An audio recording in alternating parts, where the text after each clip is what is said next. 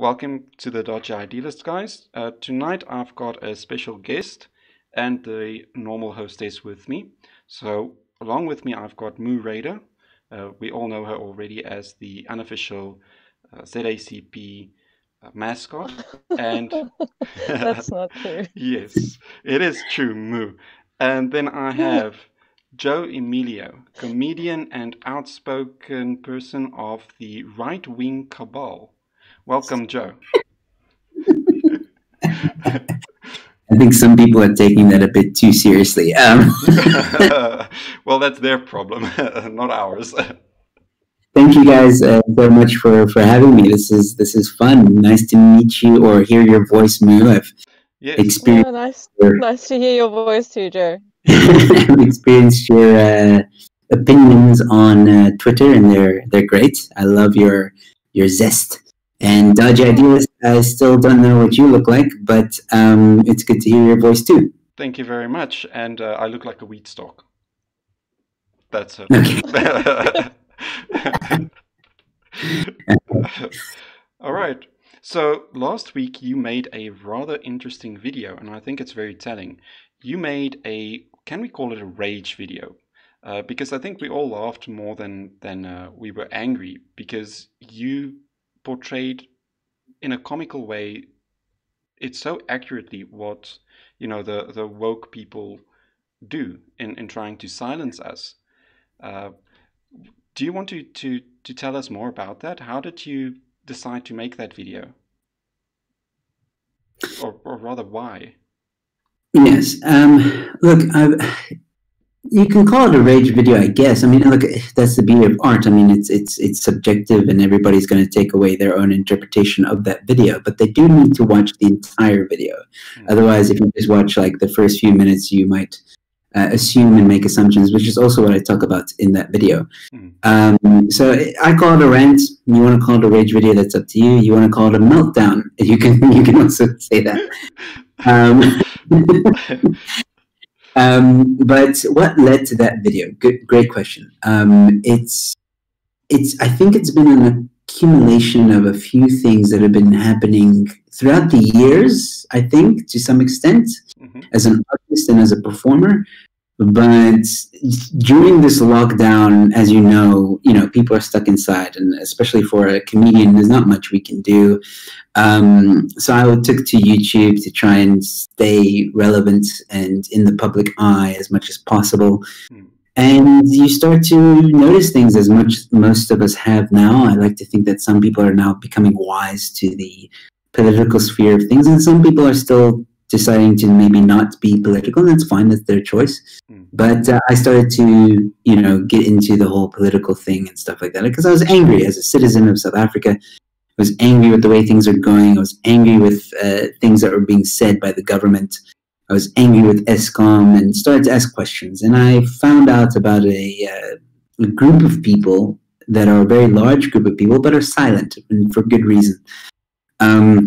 I'm like, I'm not talking about the YouTube sphere here. I'm talking about everyday people that feel the same way I do, but they're too scared to say anything, and again, with good reason, and with very, very good reason. And it's because of these, the woke cults, as I like to call them, that if you have an opinion that goes against the mainstream media narrative, they act like they want to hear your opinion. Like, they'll put out a statement like, all land is owned by white people.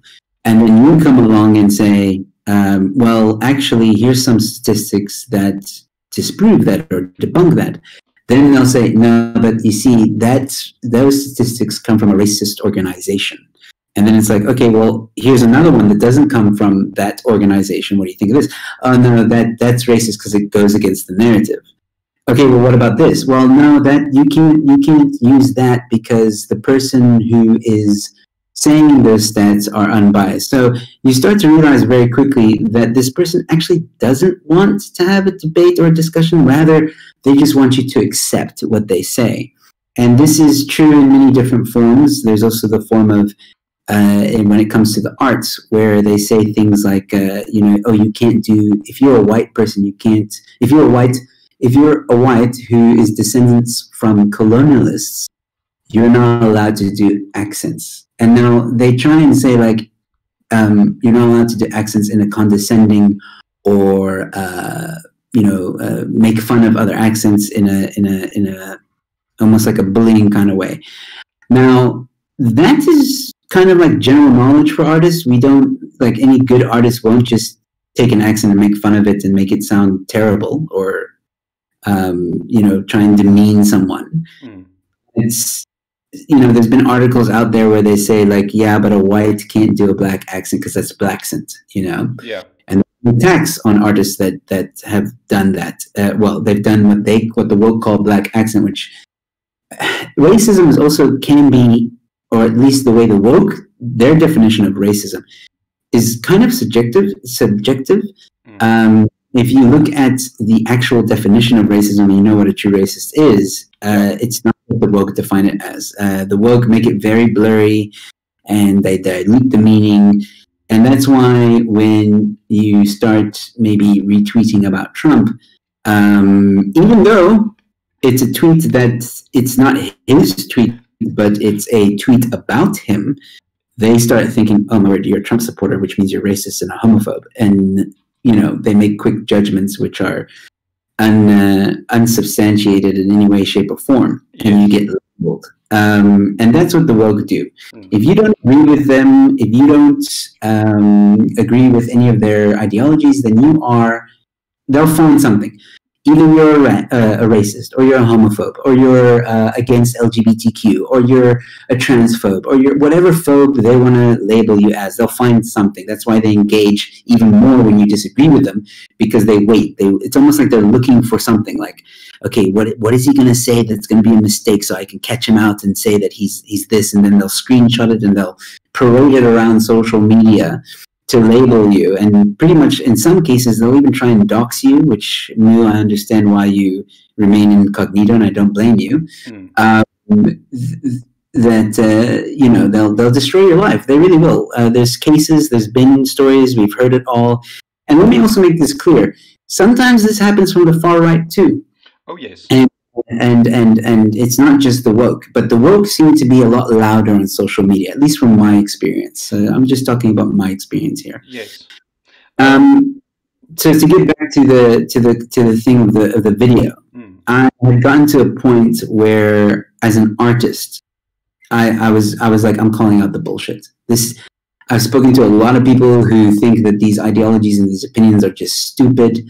Why can't we say master bedroom? Why can't I do a black accent? Not that I'm white, but I mean, like, if I wanted to. Now as an artist, I'm questioning everything I'm putting out there.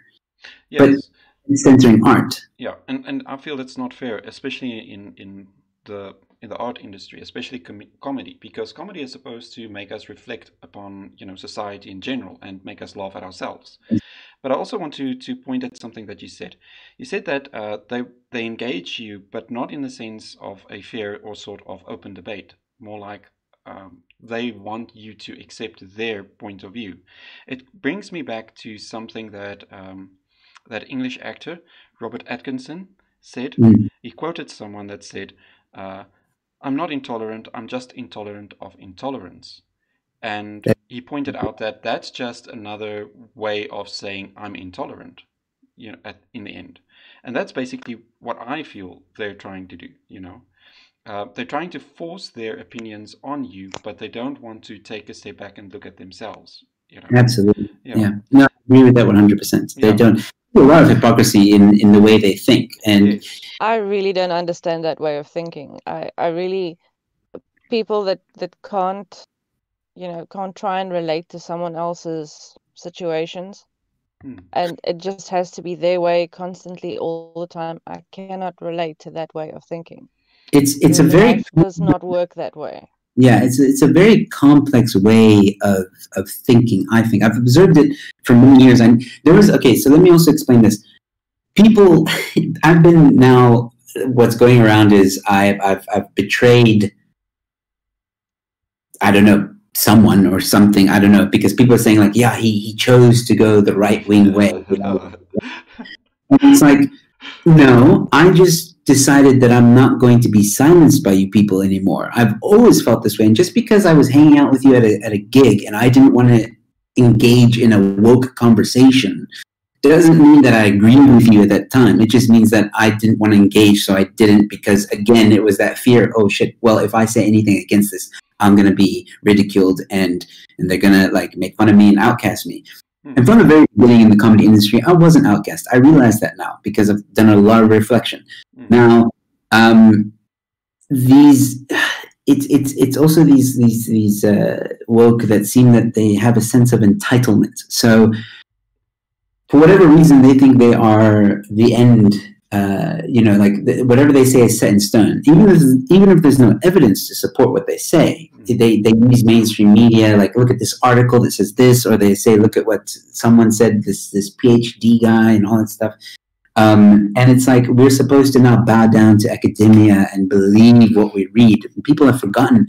You mustn't believe what you read, and you mustn't believe everything you watch. Some things do have a certain agenda, and I know that sounds kind of conspiracy-like, but it's true. I mean, definitely not a conspiracy. No. Yeah, but that's what they do. You see, the woke, oh, that's conspiracy. That's not true. Yeah, because you can't really prove it, but in actual fact, let's look at, for example, the current headings in News 24 before they had that paywall up. All of a sudden, now that the paywall is up, their tune has changed.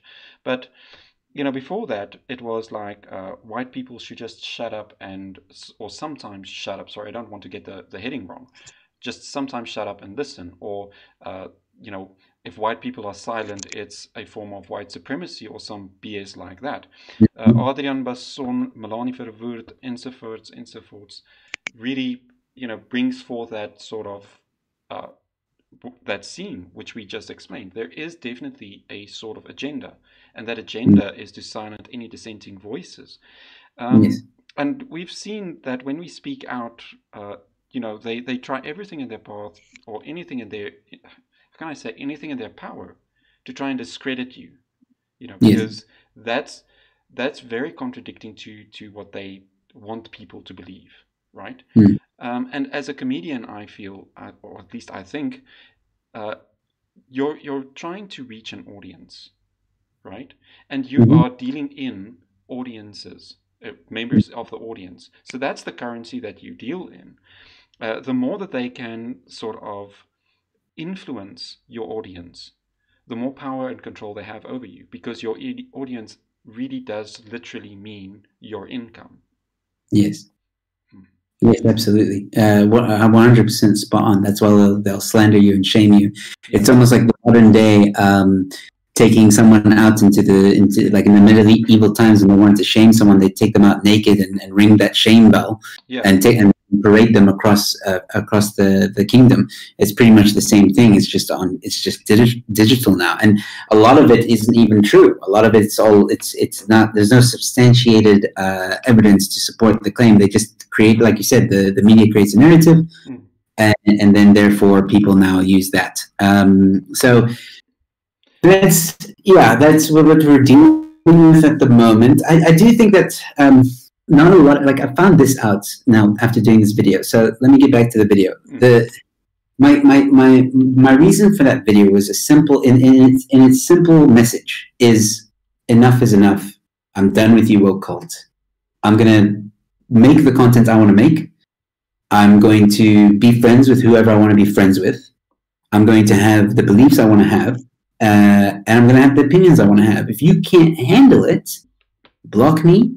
Move on, but I'm doing what I want to do because there's nothing wrong with what I am doing. So I drew a line in the sand, and it helped out a lot because it weeded all those people out. Like, you have no idea. Like, the response on the woke side of Twitter, oh my word, it was the most hilarious thing. Did you know that someone wrote a review? No. Did they honestly? What? You're kidding. On Twitter, they basically wrote a review, and it was like a minute-by-minute review almost, because he's like, oh, I couldn't help at minute 30, I had to stop the video, and it's all this woke, like, oh, he's doing this and he's doing that, completely missing the message and trying to twist or like a journalist does, or no, like the mainstream media does, trying to create an impression before someone watches it, so that when they watch it, that's the impression they're going to have. Yes. He's very good at what he did. Yes. When he's explaining and trying to say like, oh, try and look at it from this lens. So they're already he was already trying to convince his followers that you must look at it this way, because if you look at it this way, then you'll see the idiocy of this video and how wrong it is. It was very enlightening to see that. And I left it. That is absolutely ridiculous. I mean, how can you write something like that and not let people make up their own minds? That is programming. That's absolute bollocks. Yeah, but he's one of those Twitter trolls that are behind a fake name, a fake account, social justice warrior kind of vibe, but writes like a journalist. I highly suspect, I think I know who he is. I won't mention the name here, but I have a very, very good suspicion of who it is. And let's just say this, I've encountered him before, so I hope he's listening to this. But then again, I could be wrong. He might be laughing right now. That's fine. But the point here is, you know, they all did the same thing. They're all saying like, oh, this is cringe, oh, this is terrible, blah, blah. But then they retweet it. Yes. But it's like the weirdest thing. But isn't that what we wanted though? Right? Oh, yes. I said in the title, my guest to the woke nation, why do you think I wore the things I wore? Definitely. No, when I saw that, I ripped myself a new one. And then I heard this term, right? Then I heard this very, very interesting term. The right-wing cabal. Now, yes. When I heard that, God. I was crawling with laughter, right? Because my question is, was it your genius that created that phrase, or was it their sort of idea of trying to smear us again? I couldn't tell. That's how genius that term is, but I literally enjoyed it. I literally crawled with laughter when I heard that as well. And I couldn't help it. I can't help it. I even told Tunati today. Do you honestly want to know what, I'm sorry for interrupting, but go for it. Do you want to know what I think of when you mention the right-wing cabal? I'm thinking of it. But go for it, tell us. I truly picture a flock of cartoon seagulls sitting on a rock, arguing over who's going to get the last muscle. Just like that. That is such a random image when you hear that. Like, that's how my mind works. I'm so sorry. No, don't be sorry. This is why we have you on, Moo, because you're so random, and you know what? Yeah. It paints a clear picture as well. But like, I'm really interested in the origins of this because, you know, I find it fascinating that perhaps if it was you just maybe created a meme out of this, and I would love to see the evolution of this meme. Quite possibly. I'm sorry? I can already imagine the picture, those seagulls from Finding Nemo. Oh, yes.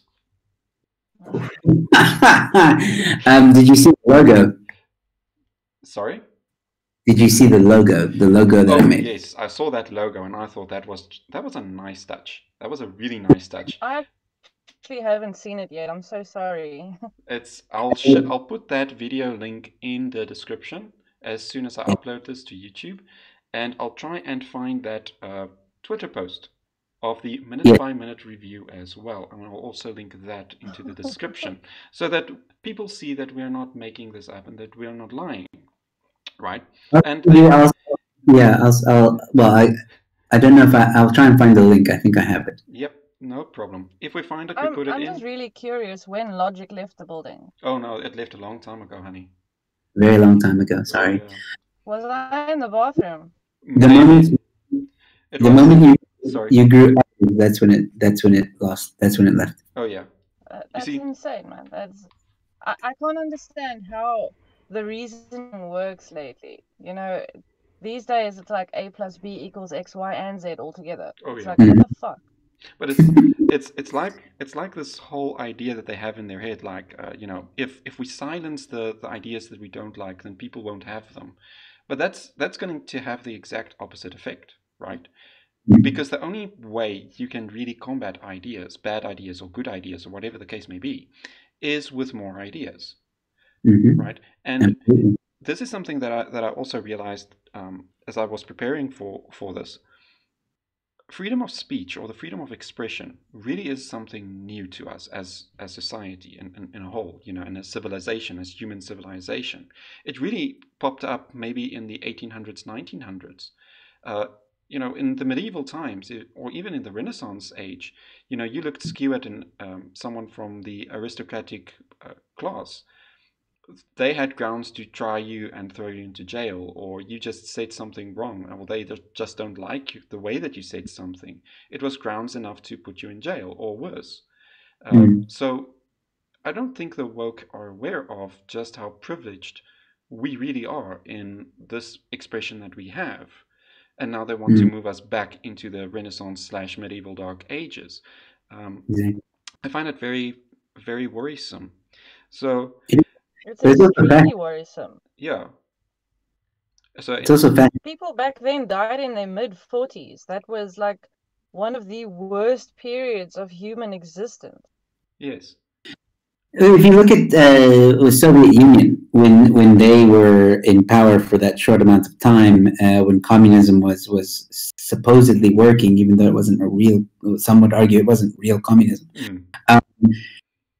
The government had a lot of control, and they were censoring art. It was one of the first things they censored. They took control of the schools. They were rewriting history. They were propaganda was everywhere, and that when an artist had to, for example, paint something, they had to use certain colors, or they had to use it had to be painted a certain way. You couldn't say this, or you couldn't draw that. That was happening during that time. Oh yes, definitely. And see, that's the things that they don't realize. They don't really pick up a history book and read because they're either too lazy or they can't. And but Joe, didn't you know that wasn't real socialism or communism? Well, that's what I said at the beginning. It's like so. I'm actually starting to think socialism is like the ultimate cancel culture. Yes, that's basically it. So, for example, what Stalin would do, right, is if someone did something that he didn't like and there was like a photo of them together at some point, he would literally go through the painstakingly task of recreating the exact same photo without that person in it, right? You look at North Korea. And that's how Photoshop was invented, people. Yeah, exactly. That's why Photoshop was invented, by the Russians, because they got tired of retaking the photos. I can't blame them. I would too. Why is it always the Russians? Because why couldn't it for once be someone that comes from some other country? Why is it always the Russians? Shame, man. Because they're boss, man. They're boss. They do everything in the extreme. Dude, Putin is one scary looking man. Yeah. I wouldn't pin my fight against him. That man, you don't even fight. If you do fight him, make sure he has like a towel and you've got a tank. But even then, he might win you. So. No, I mean some of the stuff I've heard. Oh fuck me. Some of the stuff I've heard about Putin and the things that he's done. I don't think I ever really want to meet this man. I mean, I would be shit scared. Yeah. Cuck intimidating. And he's so. I don't know if you've ever seen speeches of him, where he addresses like the United Nations or even America, for that matter. Yeah. But he's so calm when he delivers his messages. Like, even if he threatens them, he's very calm in delivering that. And that scares the living shit out of me. But back on topic. Sorry. He's like saying, I'm going to kill you. Yeah. It's like, it's eerie. We're back on top. Where the logo came from. Okay, so I wish we could take, not the logo, sorry, the name, Right Wing Cabal. That actually, the first time I heard of it was on Ramon Cabinet's Morning Shot channel. He was saying how he's being labeled, someone said it to him, it was a tweet. Someone said, who listens, I don't know, it was someone that said something along the lines of who listens to these white ring cabals anyway, or something like that, I don't know, and he was making fun of it on his channel. And Yeah, there was the left. And I then decided, you know what? Well, if there's a right-wing cabal, there's got to be a left-wing cabal. I mean, hello, that's They call it- how like good the superhero movies work. Superhero movies. I just hope we're the good guys. But, the bad guys have better costumes. They got spandex. So, I don't know, The heroes always wear underwear outside of their costumes. I can't get that. No, neither can I. But I think that the whole right-wing cabal thing was supposed to be an insult, and I was like, it's so funny. Like, it is so... I have to now own this. Like, it's so fun. Because that's the thing. And Gareth Cliff, when I was on his show, said it best. I love what he said. He said, anything that is, or anyone that is to the right of Nancy Pelosi is just unacceptable. Oh, brilliant line. That's brilliant. And that is a that terrifying thought. Right. Well, that tells you how they think, because Nancy Pelosi is quite left. So anyone that's slightly right is now labeled as racist, because that's how they operate. There is no such thing as a centrist in their world. They don't believe that. Or at least I don't think that they are aware that they even realize that. There's no such thing. You're either with them or you're against them. Yes. So the moment you start having these different things, they immediately label it as, oh, well, then you're right-wing and you're racist. And the thing is, unfortunately, this has been happening in the YouTube sphere for quite a while. Germ's gotten under fire for it. He got canceled. His Facebook profile got canceled, which means, he also lost contracts when they started labeling him as a racist. And that's where it all really started for Ronaldo and everybody else, because they hang out. You see, what happened is Ronaldo hangs out with Germ, therefore, by extension, Ronaldo's also racist. Ramon hangs out with them as well, therefore, they're racist. Now, I hang out with them, I'm a racist. It just keeps on snowballing. So now I'm like, you know what? I'm going to take what you've been saying, and I'm going to own it, because your definition of it, this right-wing cabal that you want to make us sound like racist homophobes, and we want everybody to die, and we want to eradicate the earth of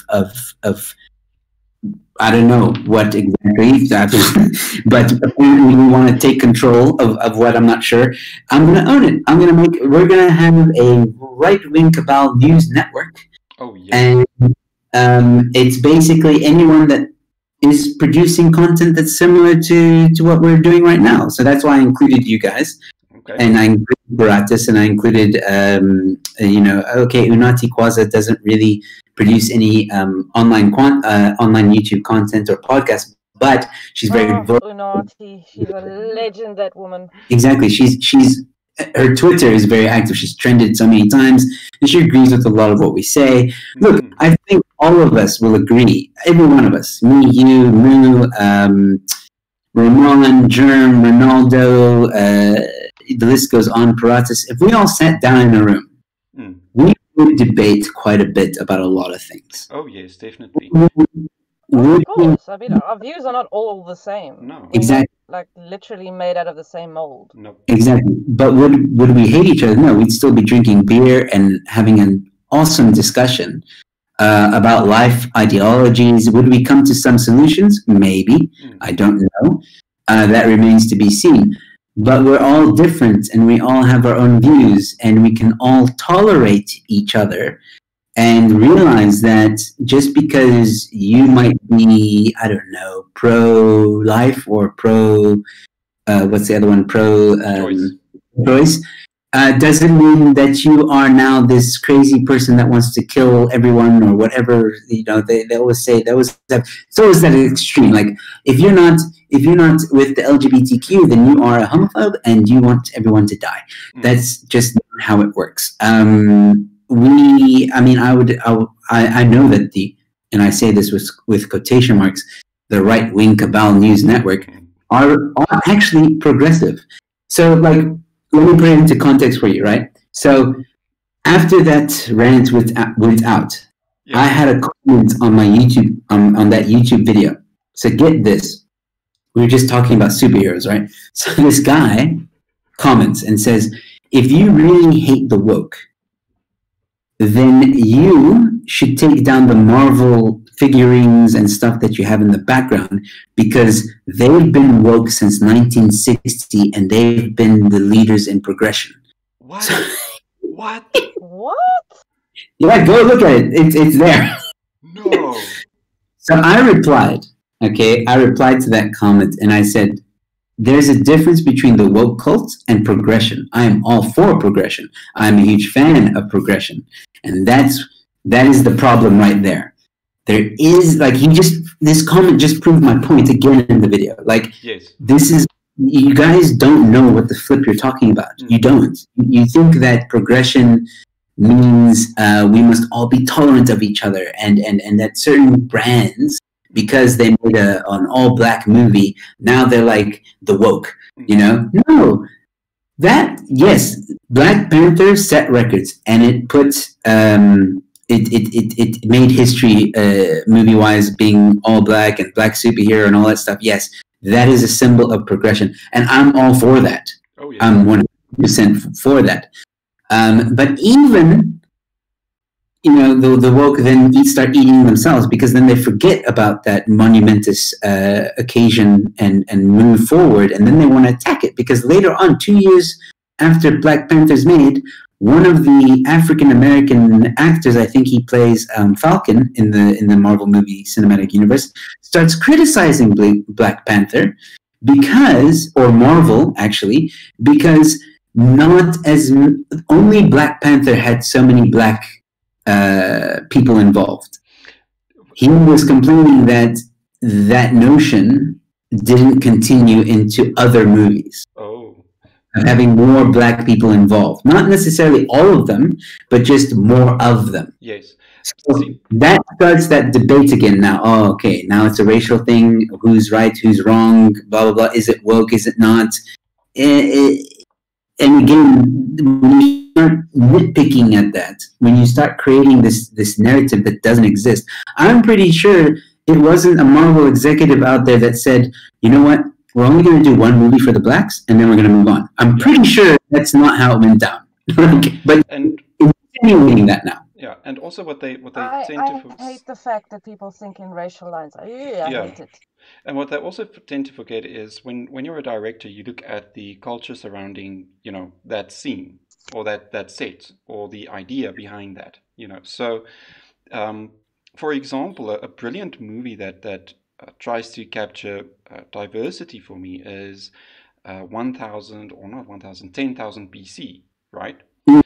So, yes, that's so the movie. The cast there is so diverse, like, because in the early ages, for example, there was no real distinction between races. So it would be difficult to tell if someone was like European or African or something like that based on the skin color. So what they did was to foster this idea, they took Egyptians and like Europeans and Africans, and they lumped them together with this one tribe, basically. And that basically made it indistinguishable. Even though these people were one tribe, it was indistinguishable on a racial matter, because that is what the history shows. It was indistinguishable. Yes. Another thing that I like about this whole right-wing cabal story that we're engaging in, right, is the image that Moo has with the seagulls. It really does sound like a supervillain sort of group, right? Now my question is, when are we sealing the crown jewels of the British Empire? Oh, no. I wouldn't touch that with a stick. Moo, we do not talk about sticks. sticks. If I was a supervillain, I'd go straight after Bill Gates' fortune. Holy shit. Well, you see... I think we're meeting later this week with the Illuminati. I'll let you know. Oh, yes, please do. And I'll let you know as soon as as the Freemasons are available. I'll let you know on that. And thanks. Please ask them about my acceptance letter. I will definitely do so, Moo. You know, someone on my channel actually asked that. They asked me, I can't remember, it was a few weeks ago, I think, or a week ago, before I made the video. Someone literally randomly asked me, Joe, are you a Freemason? Ooh. What? Like, oh no. Oh no. Joe, how could you? You're part of the alien cult. You know, those lizard people. It's always funny as an artist how people, like, you know, interpret things. things, and it's with that video, that rant, one of the big things that people were talking about was, and I couldn't believe this, the American flag is the wrong way around. That was like one of the biggest topics. Oh. Like what I said, not my little the Trump hat or the mask that I was wearing that had this oh, the obey one. Yeah, none of that. No. A lot of noise was made over the American flag being the wrong way. I didn't know it was the wrong way. Oh shit! Yeah, it's like there's a right way. Apparently, I sent a link of how it's supposed to be hanged. I learned a lot that day, and I put it right now. It's apparently the way it's supposed to be. Now it's correct, but. It's amazing because now people that were talking about that were like, yeah, but maybe it's a symbol that he's trying to say because of the stuff that he's wearing. Like maybe he's saying something like he wants to be an anarchist. I was like, wow, that's how subjective art is. And it was so moved, right? I'm absolutely stunned. Now, I wonder what my little wheat stalk with its bulbous balls represents then. I'm just curious. It's all subjective, right? I mean, it's nothing. Mine pretty obviously represents a giant middle finger. So. Yes, there you go. that has no hidden meaning. That's just there. Yeah. I don't know what yours would represent though. I'm trying to think like. I don't know. I'd say the wheatening. The wheatening. Both, because when I see a wheat stalk, I immediately go to farming because of me living in Texas and stuff. So I think, okay, farming, bread, life. Bread is also can be a symbol for life. Like when Jesus spoke, he said, here's a piece of me, my flesh. So those are the things I think of when I see your logo. Okay, so that gets the right idea. It also be a symbol for production, like all the products that can be made out of wheat. Oh yes. So you see, my wheat stock is very subjective. Then, I'm quite proud of it. Wow. Yeah. No kippery. I'm so proud. I definitely need to expose myself more to a little bit of culture. I don't. No. No, Twitter is not culture. Twitter is not culture. No, it's not. No. I'm just worried about culture. Because you're yes. destructive. In general, yeah. You. Not many cultures can handle you, Moo. Let me also. I don't really need one. Oh. You see, this is why we love her. She's so sassy. I don't see why I need a culture. Oh, that's good. Why not be everything? Why not experience everything? Why not try everything and keep what you like? Well, yes. Isn't that a culture in its own, like an individual culture? Yep. Yeah, it's called being open-minded. Yeah. So, Joe, you had something on your mind? I wanted to actually, because I don't think a lot of people know this, but if you look at the right-wing Cabal News Network logo, there's a reason why I designed it that way, seeing as we're talking about logos and interpretation. So the logo is designed after, obviously, CNN and MSNBC, which is why it has those type of, I don't know what they call them. Those feathers sort of things. Yeah. So obviously RWCNN is play on CNN, and also it has the CNN kind of look. Then the feathers, or whatever they're called, they are different colors, much like MSNBC, but I chose those colors for a specific reason. So if we work from left to right, on the left side, ironically, is the red, which represents Republic, which is usually on the right side of things, and also represents my channel. That's not to say that I am Republican or anything like that. It's just that I have red in my logo. Yes. So, yeah, double meaning. As we go up, we get brown. That represents Ramon Cabernet because he loves coffee and morning shot. Then we orange, which is Ronaldo. His his color is orange. Yes. Then we do a type of pink with a border of, it looks like a paintbrush, which represents germ because he has pink in his logo, and the border represents a brush, which, or whatever, he's a cartoonist, so it represents art.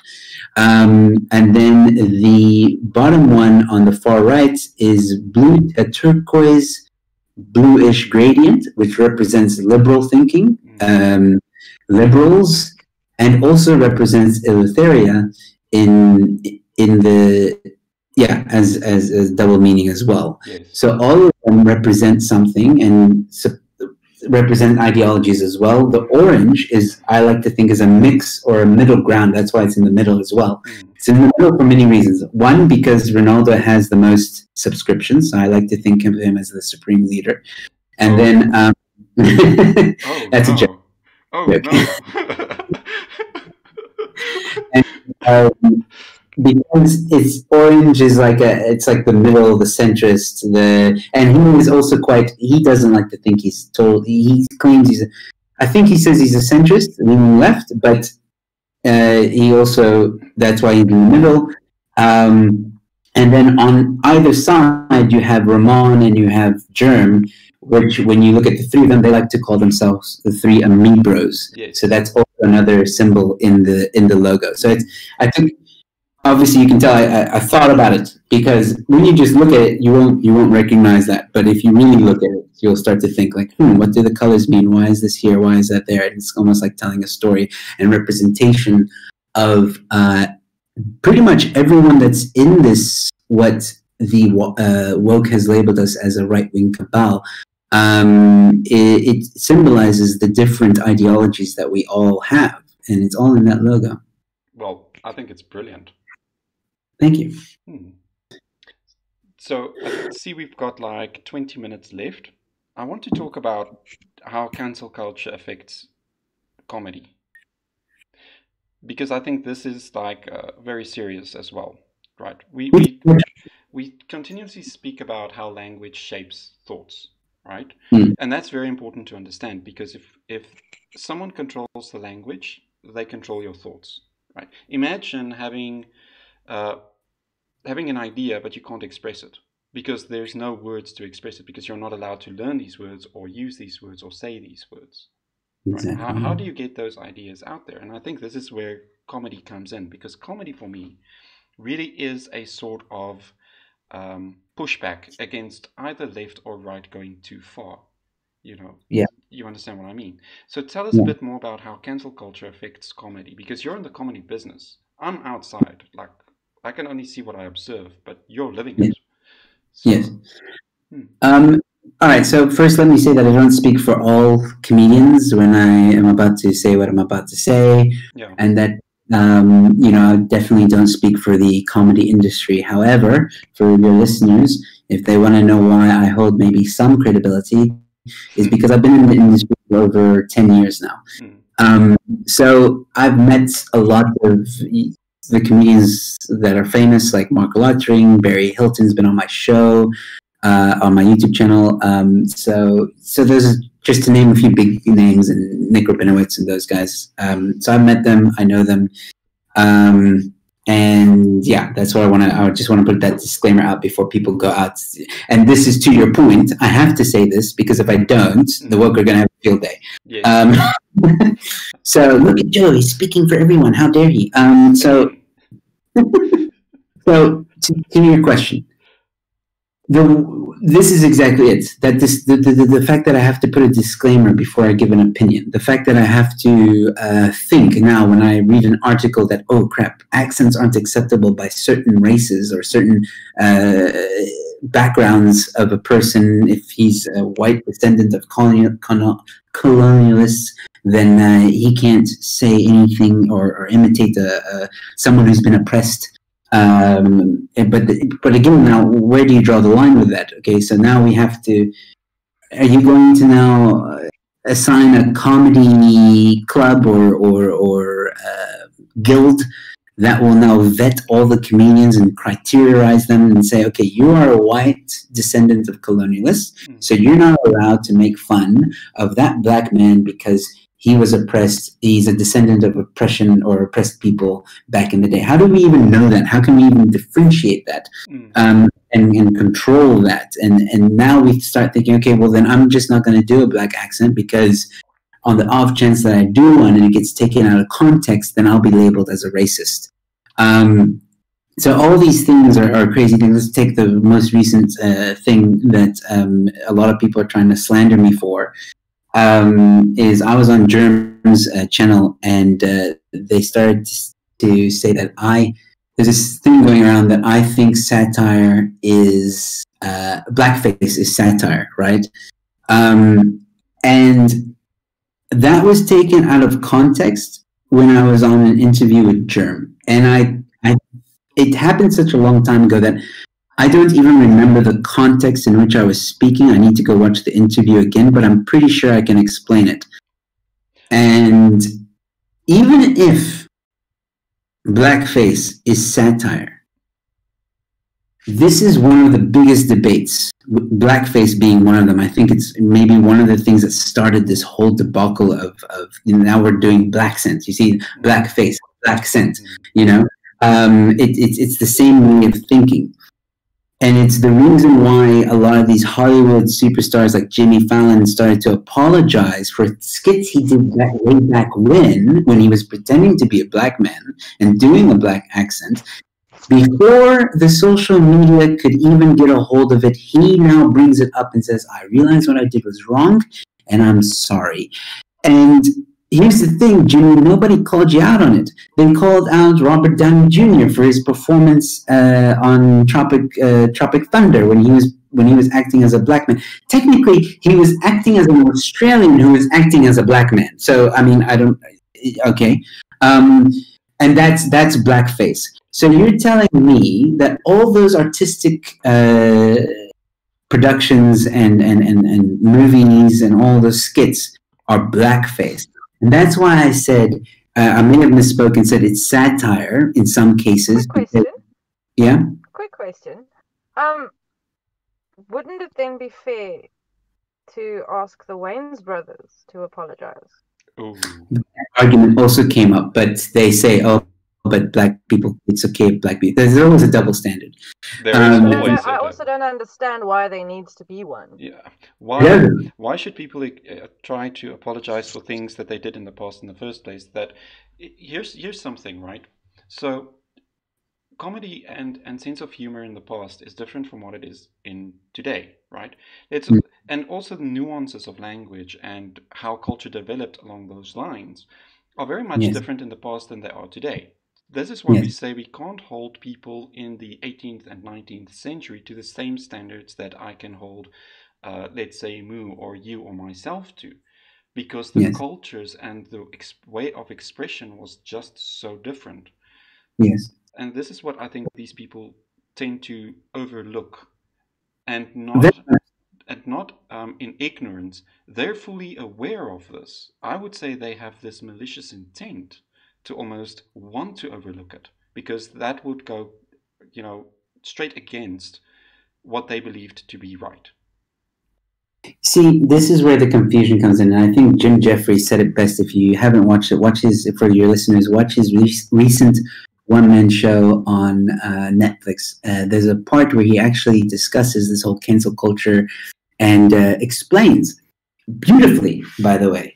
But his message was basically, back 10 years ago, as you just said, we were in a different era, a different time in our culture, and certain lines that weren't allowed to be crossed were drawn in the sand at that time. Oh, yes.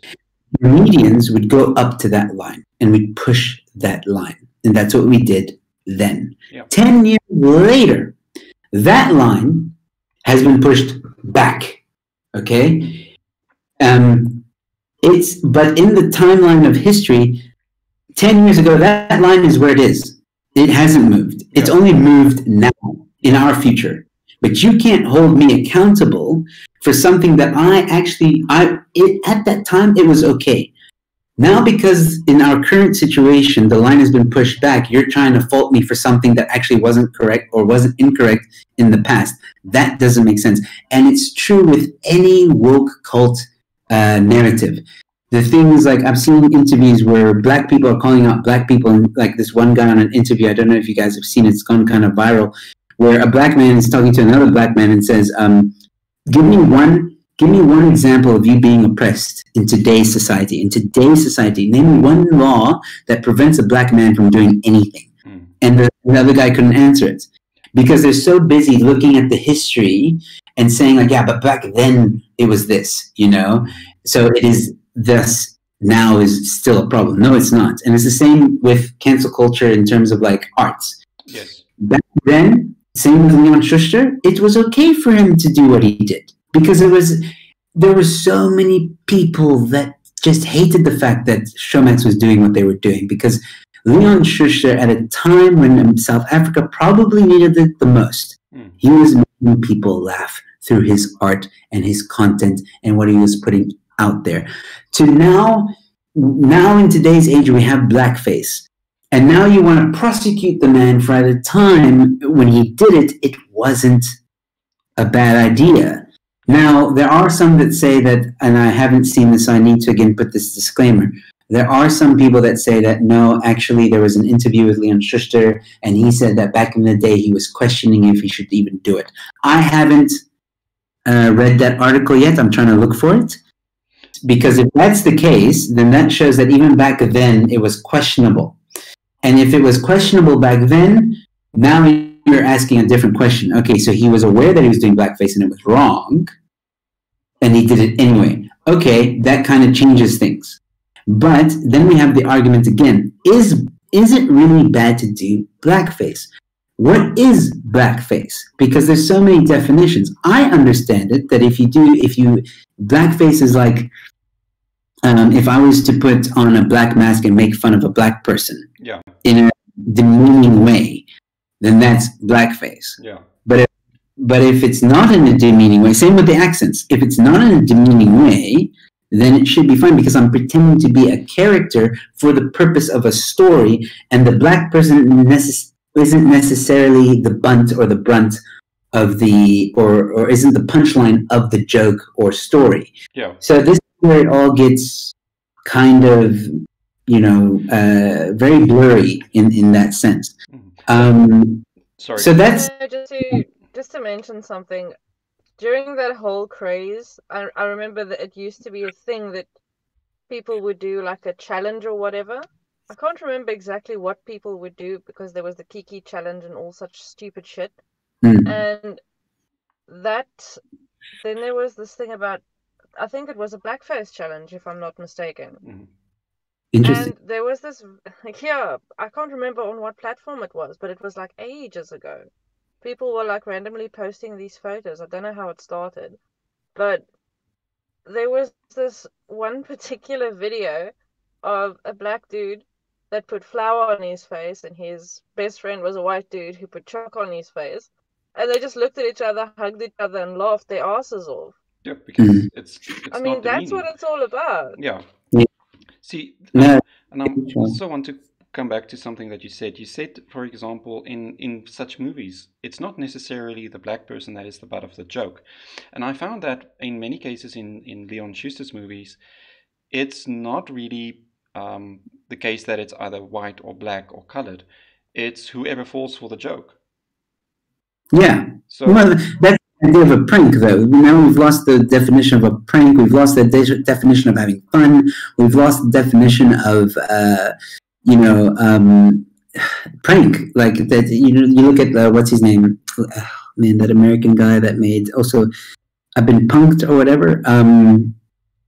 That one, which is what pranks in general, like Leon Schuster was doing.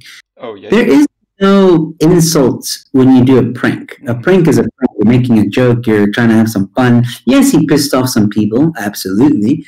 But it was funny. It made us laugh. And most of the time, sometimes, yes, Leon would get punched. Absolutely. Oh, yes. But they would explain it. And then it'd be like, oh, it's for fun. And I'm sure that if someone was really offended by it, because there are people that don't take jokes very well or prank very well.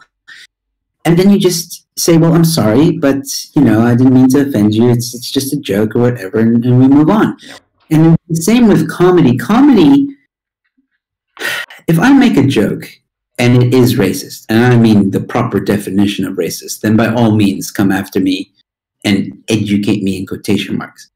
Yes. But if it's something that is vague, or I do an accent, or whatever the case may be, I know when I'm, as a comedian, when I'm putting out jokes, I don't necessarily put out jokes to try and offend people.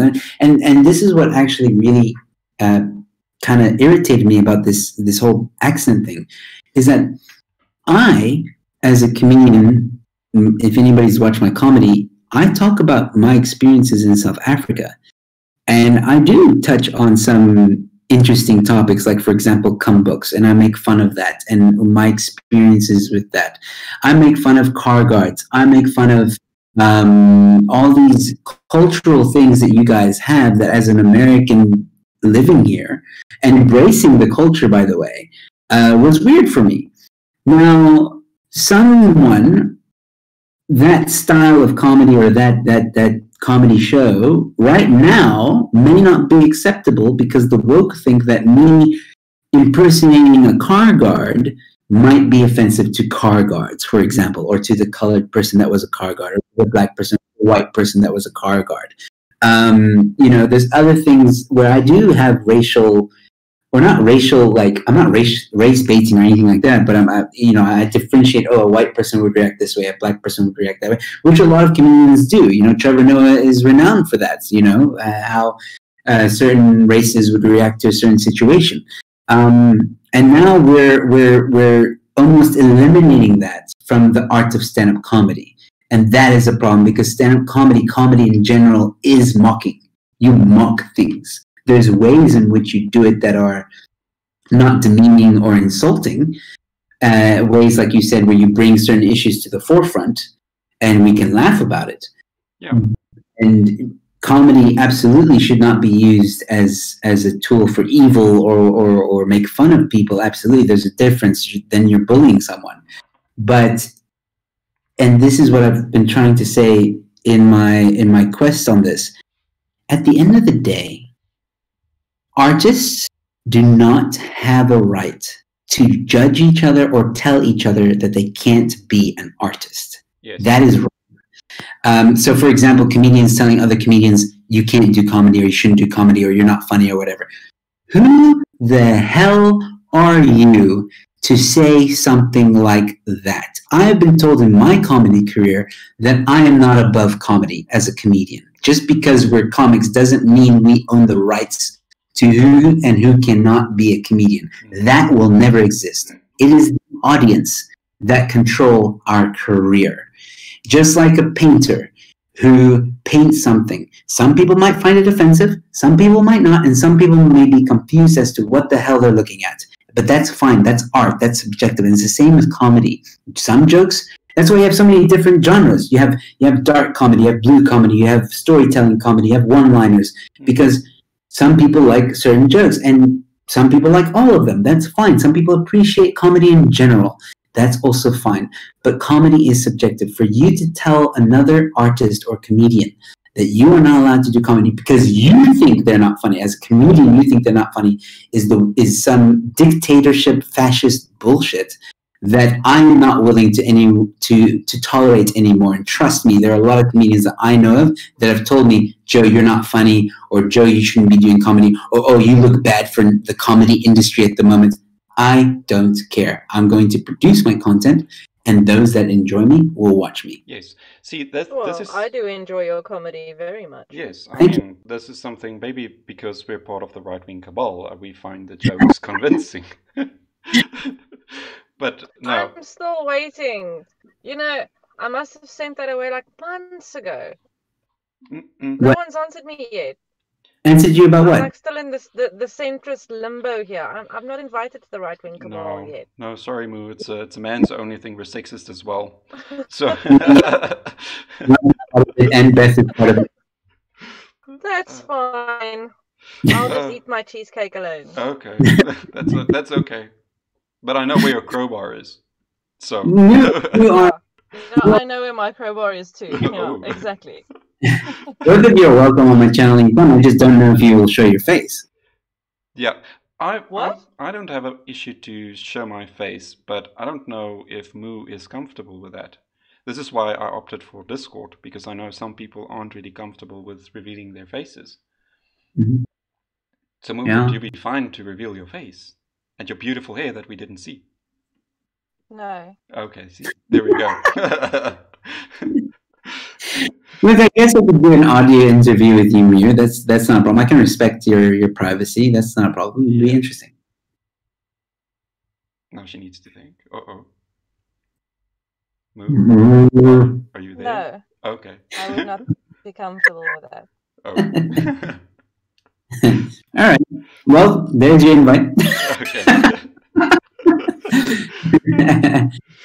Okay. Look, I think Moo can be like you said, a mascot, and also like you're there, Moo. Like you share. I think anyone that feels, and here's the thing. I know it's kind of a weird thing because I said right wing cabal or whatever, but the point of me, and I say this in the rant video as well, like right wing cabal doesn't mean what these woke thinks it means, and it doesn't even mean the definition that I put in the video. Like I gave it a different definition, but my definition of right-wing cabal was, believing in freedom of speech, believing in equality, believing in equal opportunities, believing in family, believing in flag and love and all. It sounds kind of hippie-ish, I know, but there's progression, tradition, all these different things that some of them, yes, they do contradict the one ideology. And I state this in the video, I said, but if you want to know why I believe in all those things and how I believe in all these things, pick up the phone and get to know me. Yes. And that's the thing. With everyone under this, and I say everyone like there is an actual club, but there isn't. But anyone that's been called that, for example, would probably feel the same way. Like, you're calling me this white supremacist, racist kind of thing, when in actual fact I am not. So I'm going to take the name you gave me, and I'm going to own it, but I'm going to show you that I am not what you're calling me. And that will hopefully sometime break down, will make people think like, he's labeled as such, but he's not acting as such. Judge me by my character. Yes, and I think that's kind of what I got from your video, which is kind of sad that the others didn't, when they retweeted it and made fun of it, that they didn't catch it. And that the woke yes, never get that message, yeah, ever. They will never get that message. because for They me, it's unacceptable for them. yeah, because for me it was an open invitation to come and talk to you, to get to know you, to sit down and actually talk. One person that I think I can respect in that regard is Bianca van Wyk. Despite everything that we do level at her and despite making fun of her, I think we can commend her courage to, want to come and talk to you. She's not like the others. Oh, I do definitely agree there. Yeah. Yeah. And I I still, like the fact that she's willing to sit down and have a conversation. but I don't think Bianca is that woke. You see, I'm talking about a very extreme left, Yeah. extreme version of left that I'm talking about. It's those people that made fun of me are bullies. They're cyber bullies. They are people that I don't even want to engage with because they're the same woke that I'm talking about. That even if I was to try and discuss something with them, they will be like, no. You wore a Trump hat, so no matter what you tell me, you're a racist and a homophobe. I don't care what you say. Yeah. So there is no reasoning with them, which is why I made that line in the sand. Yes, if there's someone that wants to engage with me without insulting and being the very thing that they claim to be against, then I will happily entertain you. But if you're going to come on my timeline and right from the get-go, and trust me, there were a few that did, and right from the get-go, oh, this guy's a dumb P, or he's an idiot, or he's a racist, or whatever, I'm going to block you immediately because I know there's no discussion with you. Yes. You come in and guns blazing, insulting, and all that stuff. I am not going to entertain you. Have some respect. again, this is also something I believe in, is treat those how you want to be treated. If you are going to judge me from the beginning and start insulting me and cussing at me and all that stuff, then I don't want to deal with you. I don't, and it's my right. That's the golden rule, man. Yeah. Yeah, right to not. I don't Do have. unto others as you would want to have done unto you. And let me say Others as you'd like to be treated. Exactly, and let me say something about this whole blocking thing that I'm trying to also. For your listeners, I want you guys to listen very carefully. Remember that your social media account is your social media account. Do not be intimidated by the people that if you block them, then they parade around with a screenshot of the block notification and say, oh, this person blocked me. Silence means that I'm right because they blocked me, so what I say about them is correct. You, as an individual on social media, do not need to tolerate that bullshit. If you block someone, it doesn't mean that other person wins. It doesn't mean that at all.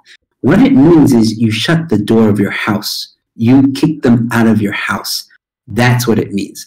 Because that person was being disrespectful in your house. Put it that way. And if someone is disrespectful in your house, what do? You kick them out. Yes. And they can shout outside of your house all they want. But the moment they disrespect you, you kick them out of the house. That's what you do when you block someone. And trust me, they'll then say, oh, but now you leave him alone because he's in an echo chamber. He's going to live in his echo chamber. Echo chamber is not a bad thing, guys. Let me put it out there. These woke people think that that's an insult. It's not. An echo chamber is the same as right now I'm sitting with three individuals with very different, well, not very different, but we have some similarities and some differences, I'm sure. But we are now an echo chamber. It doesn't mean anything. Being an echo chamber is a weird word or insult that they came up with. Wear that badge with pride. Yes, is what I'm going to say, and protect yourself from the crazy, and don't feel bad to block someone because it's just the same as hanging up the phone or kicking them out of the house. All right, and then with that, ladies and gentlemen, on that note, and that good advice that Joe gave us, and the way that he made me feel guilty because I take screenshots of people that block me.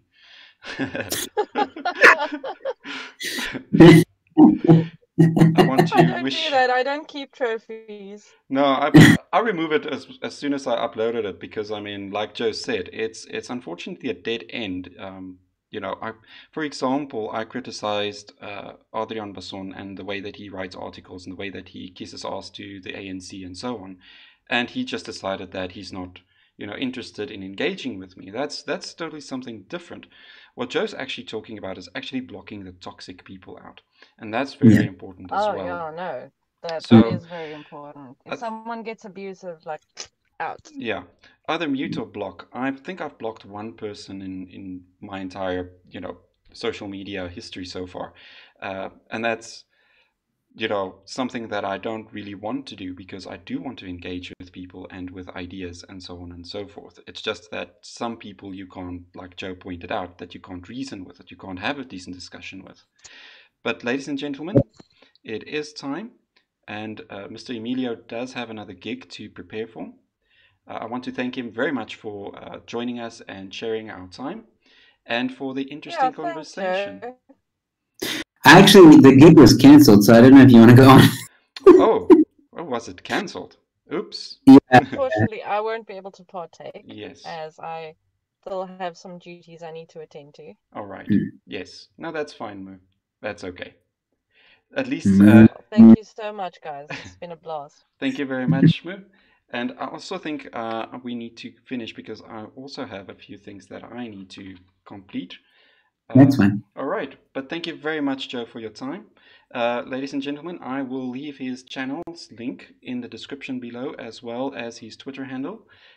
Please follow him on Twitter and on YouTube. Watch his video sketches and so on. It's very entertaining. He has not only comedy, he also has very enlightening conversations with other people as well that we normally would disagree with. So yeah, do check that out. On that note, please do. It's excellent. All right. And then on that note, cheers. Cheers. Bye.